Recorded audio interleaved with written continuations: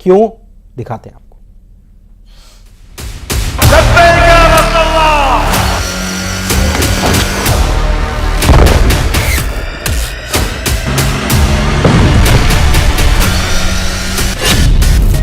Hezbollah ने मार दिया मरकावा टैंक।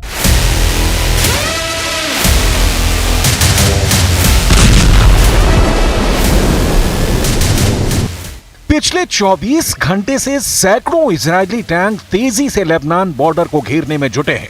दावा किया जा रहा है कि इजरायल लेबनान पर अब तक का सबसे बड़ा जमीनी हमला करने जा रहा है, जिसमें बहुत बड़ी संख्या में टैंक शामिल किए गए हैं।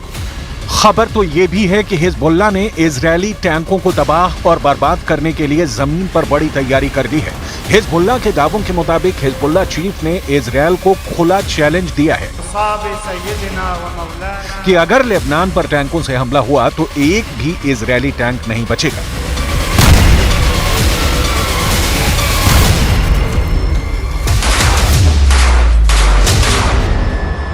मिडिल ईस्ट की मीडिया में तो यहां तक दावा किया गया है कि हिजबुल्लाह ने इजरायल के मरकावा टैंक को उड़ा दिया है।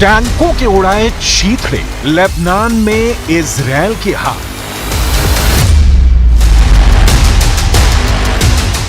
हिजबुल्लाह के लड़ाकों ने कब और कहां पर इजरायल के सबसे एडवांस मरकावा को उड़ाया, जरा इसे भी एनिमेशन से समझ लीजिए।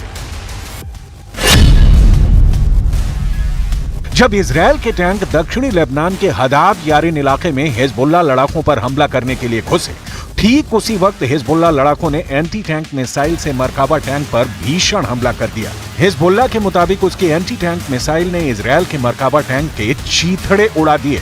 दावा किया गया है कि मरकावा के बेहद मजबूत कवच को एंटी टैंक मिसाइल ने भेद दिया, क्योंकि एंटी टैंक मिसाइल को मरकावा टैंक पर बेहद पास से दागा गया था, जिसकी वजह से इजरायल का टैंक तबाह हो गया।